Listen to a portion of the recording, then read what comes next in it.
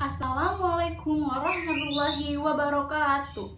Alhamdulillahirabbil alamin. Wassalatu wassalamu ala asrofil anbiya'i wal mursalin sayyidina wa maulana Muhammadin wa ala alihi wa sahbihi ajmain, amma ba'du.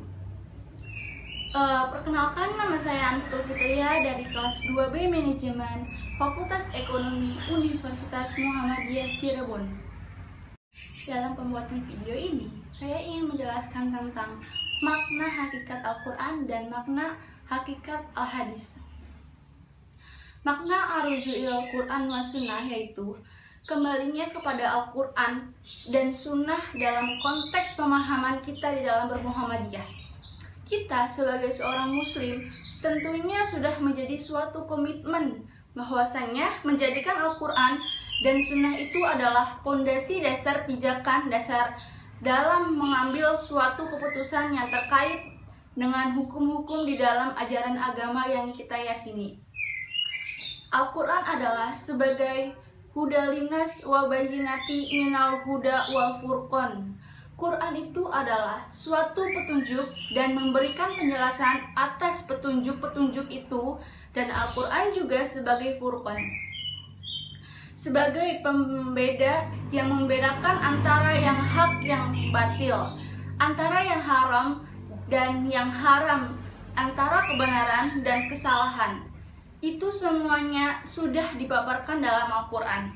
Sedangkan Al-Hadis adalah sebagai dasar pijakan hukum setelah Al-Quran, di mana kita pun hendaknya harus mau belajar mengetahui tentang berbagai hal hadis-hadis tersebut. Karena penjabaran Al-Hadis itu adalah melengkapi tentang ajaran-ajaran yang ada dalam Al-Quran yang tidak secara langsung dijelaskan, maka sebagai wujud penjelasannya dilengkapinya penjelasan-penjelasan yang disampaikan oleh Rasulullah Muhammad SAW melalui hadis-hadisnya.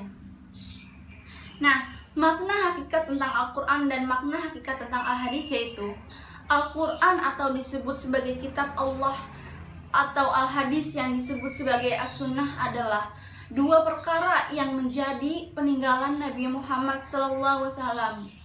Untuk umatnya, Nabi bersabda, "Aku tinggalkan kepadamu dua perkara, yang apabila engkau berpegang teguh kepada keduanya, niscaya engkau tidak akan tersesat selama-lamanya." Maka, hakikat Al-Quran adalah sumber hukum atau sumber rujukan yang menjadi pegangan hidup seseorang muslim.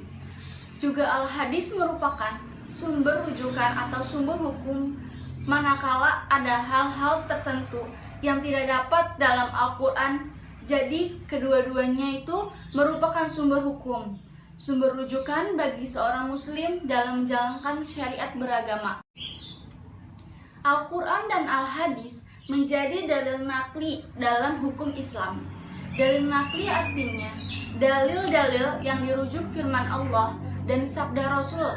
Maka dalil Al-Quran dan Al-Hadis adalah dua hukum yang sangat kuat yang menjadi pegangan hidup dalam menjalankan muamalah ibadah kita sehari-hari. Juga menjadi dasar rujukan dalam menentukan dalam sebuah perkara.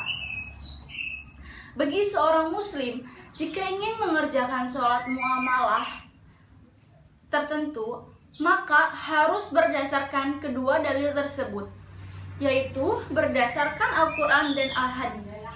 Jika ada suatu amalan yang dikerjakan tidak berdasarkan Al-Quran atau tidak berdasarkan Al-Hadis, maka amalan tersebut akan tertolak. Hal-hal yang bersifat umum dalam Al-Quran dijelaskan secara rinci oleh Al-Hadis. Misalnya, perintah sholat dalam Al-Quran, Allah tidak menjelaskan bagaimana cara sholat, tetapi melalui hadis Nabi Muhammad SAW kita dapat menemukan cara-cara sholat yang benar. Karena hadis itu merupakan perbuatan Nabi, perkataan Nabi, atau ketetapan Nabi. Seperti halnya sholat misalnya, di Al-Quran hanya ada perintah sholat, tetapi Di Al-Quran tidak dijelaskan bagaimana cara-cara sholat.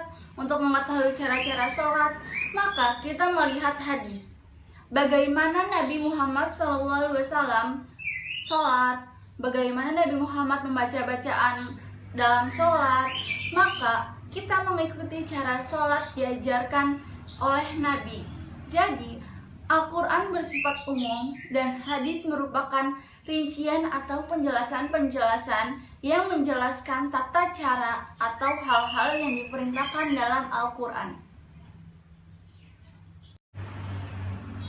Baik, segitu penjelasan dari saya. Kurang lebihnya mohon maaf. Wassalamualaikum warahmatullahi wabarakatuh.